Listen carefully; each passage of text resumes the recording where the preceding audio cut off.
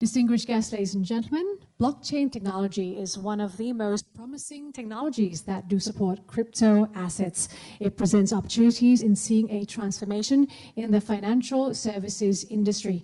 In our next keynote presentation, we'll take a look at the type of crypto assets and also smart contract, which is known for being able to simplify processes and also eliminate intermediaries. So why is it becoming important and how will it impact industries? Let's find out together by warmly welcoming our speaker, Mr. Jonathan Bellish, Director of Tech Enablement, Blockchain Lead, KPMG Israel. A big round of applause, please. Thank you.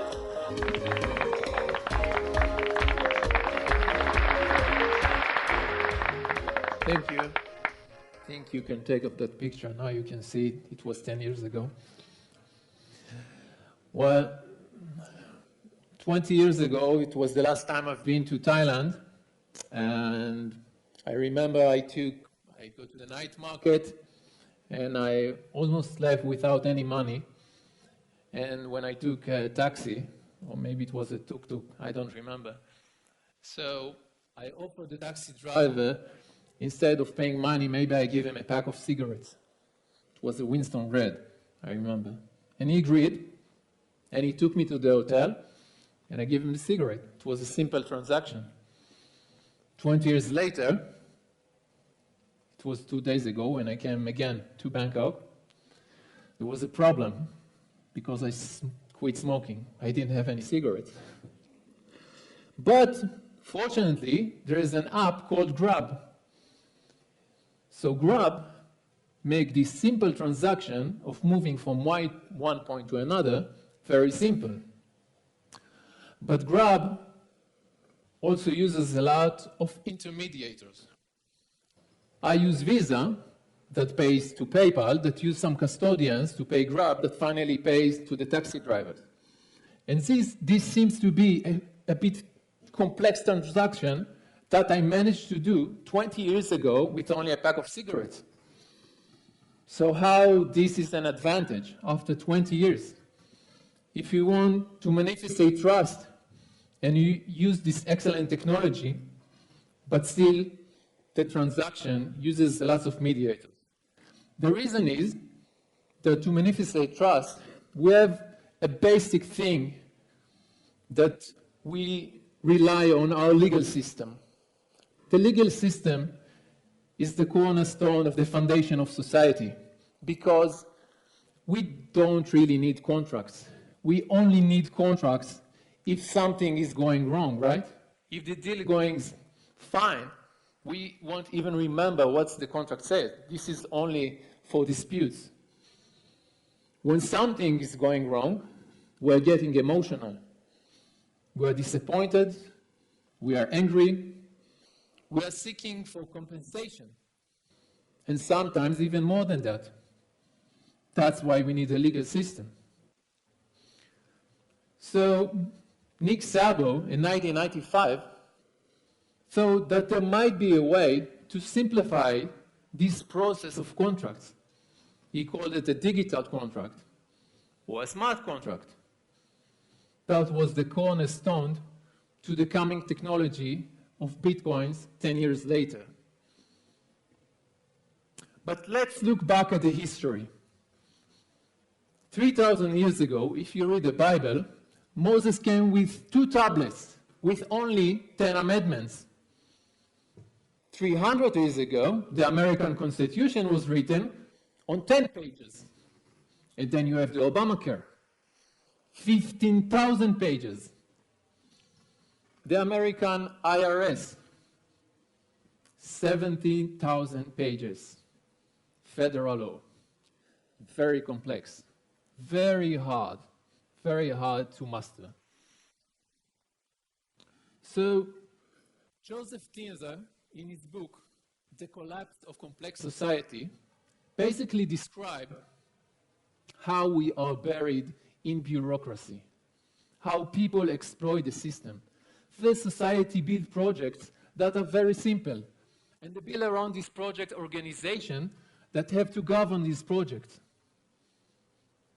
But as long as the organization becomes bigger, the complexity is rising, and the revenue of projects is diminishing, is going down. So we end up with a complex system that people are exploiting. And this is something we want to try to overcome. But complexity is not the only reason to the rise of blockchain technology. In 2008, there was a fallout of major banks all over the world. It was the beginning. And people ceased to trust the financial institutions all around the world. It was a graduate process. But on the other hand, started the rise of technology companies. People started to trust Facebook and Google and put all their lives inside these platforms. So this is where Bitcoin started. It started as an experiment of a system without a single control, a successful experiment, which people keep their trust on each other to transfer value between each other, instead of using intermediator, instead of the frustration of the financial sector. So Bitcoin was a simple smart contract when you transfer value from one wallet to another. A simple transaction, store of value. This is a vending machine, and if you look at the internet, it would be one of the analogies of smart contract. You trust this machine. You put money in the machine and you get a soda. Why is that? Because there is a code embedded in this machine that says you should get a soda. You don't always get a soda. Sometimes the machine breaks up, but you trust it, right? So smart contracts that started somewhat about 2014 enabled to build something more complex with the blockchain, to embed rules into program languages, like Nick Szabo predicted. Let's take an example. I can give you $100, but you can use it only on your birthday. This is a conditional store of value. I condition the value in some rule that I embedded into the smart contract. You can give money to your kids only to buy healthy food, right? No, that will never happen. Yeah. Anyway, so smart contracts are transparent, safe, secure. They cannot lie to you. They cannot manipulate you. It's basically you, the contract, and a block of change. Sounds very simple. But it's not that simple. It's not about programming. It's not that technical. You also have to understand what's lying inside the contract. And what lies inside the contract is the relationship between us. And this is still described in the laws of our countries. So you have to understand the legislation, the policies that you need to embed in that contract. And that still might be a pretty complex mission to achieve. So smart contracts are not yet mature because of these problems. It is very hard to describe in code every kind of contract, every kind of commercial transaction. It is not that simple.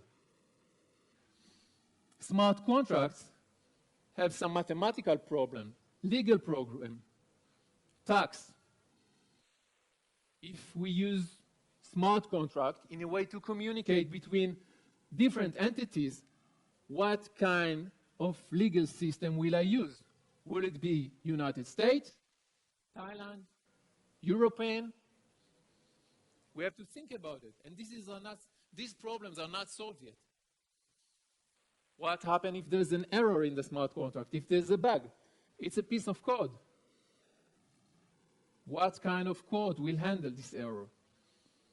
Should judges now learn how to read Solidity code? I don't think so. So we should take simple problems and start to tackle them with smart contracts, because we cannot do complex problems with smart contracts, not yet. When we look at the capital market, there's a tendency of people to invest more in debt rather than stock exchange. There's a low risk revenue compared to shares. That's why people are more drawn to the debt economy. And you can look into the numbers. I'm not an economy specialist. I'm a solution architect. But this is where this technology starts to raise in the form of security token. Well, it started as an ICO, but we cannot say ICO anymore. So security token offering. Security token offering is a funding instrument, is a financial instrument to raise money. The challenge is how we embed all the regulation about the project. Every project has its economy. In STO world, we call it a token economy. We have these rules that we have to validate. Legal rules, tax. This is where companies like KPMG come and help the investor to look inside the code and say if it's valid. Because as investor, you cannot just look in a list of STOs and pick the project that you want to invest in. We cannot simplify things. That's why we validate contracts. KPMG searched the market of blockchain for a long time. We take it very seriously. We don't look at this as a hype. This is another financial area that we need to look carefully and protect our investor, our clients. I will not go deep into these numbers, but just to give you, and this is a survey done about 740 global companies around the world to better understand the trends, what they think. And this is done in January 2019, last January. So the trends, what this leader in these companies think, that one, they will probably implement blockchain technology. That blockchain technology can leverage their business, will change their business model. They also think that it is risky and complex. So we need to better understand how to manage this technology, how to adopt it carefully. This is not a straightforward technology. This is not a straightforward investment. This is early stage, very early stage technology and a business model that it will take several years to mature. So what is the future? Well, my perspective is that many people in this room don't invest in crypto assets. Does someone here does invest? Any hands? No one. Oh, 1, 2, okay. So this is a room full of people that came to a crypto asset event, but no one is really buying any crypto asset. This is normal. But it's similar to people that are saying that skydiving will be the next mainstream sport, but they will never do it because it's very risky, right? But this is only us. The millennials think differently. Millennials live in the network. They born into the internet era. They have their tablets, smartphones, experience, photos. All their emotions are embedded and invested into this network transparently. They don't care about the system. They want to be celebrities. They want to be famous. They use these platforms. So those are the next generation investors. This is the audience we should all target. So might have some of you might be skeptic about blockchain and smart contracts.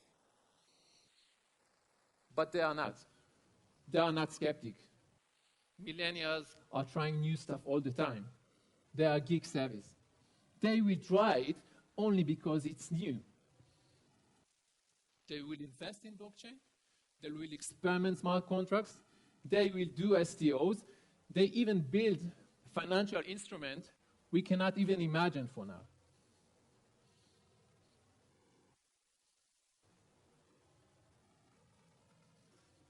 So,